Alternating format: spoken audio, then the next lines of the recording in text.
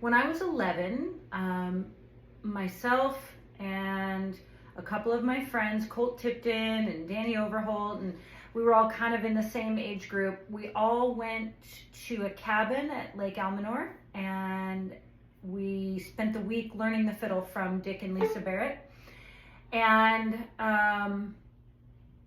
that was like a thing back then. We didn't have fiddle camps or anything. That wasn't even an option, but people were starting to fly out to Montana to spend a week with Dick and Lisa and work on their fiddling. And we couldn't afford that for just me, I think was probably the main thing. But also like flying out to Montana and all that, that was kind of a big deal. So going out to Lake Almanor, that was doable. So anyway, we went there and we spent the week learning tunes, and we were all in a different room, and either Dick or Lisa would come around and play something, and we would record it on our cassette recorder, and then they would leave, and then we'd work on it, and then they would come back around and see how we were doing. And at that time, like I said, I was 11, and so that might have been what, like 1986, I guess, summer of 86. And I had already won a bunch of fiddle contests, and I was getting annoyed with the fiddle, or like sort of tired of it or bored of it or whatever it is 11-year-olds do when you've only been alive for 11 years.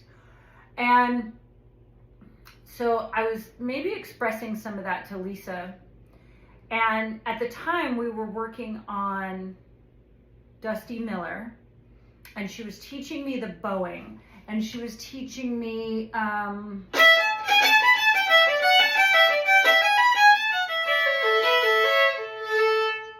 the hook at the end of the phrasing, the Texas hook, although it's also hook bowing in old time, but use it differently. And she was like, and so she played me some recordings of Major Franklin and Benny Thomason and stuff, and she was like, do you have any awareness of these players? And I was like, no, not really.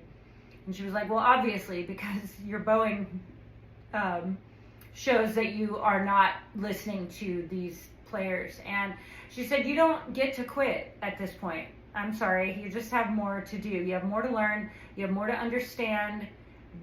You haven't even begun to understand what makes Texas style fiddling and this fiddling that you claim to like or be good at.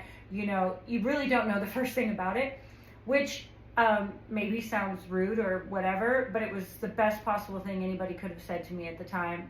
And I think it's, part of what planted the seed for how I perceive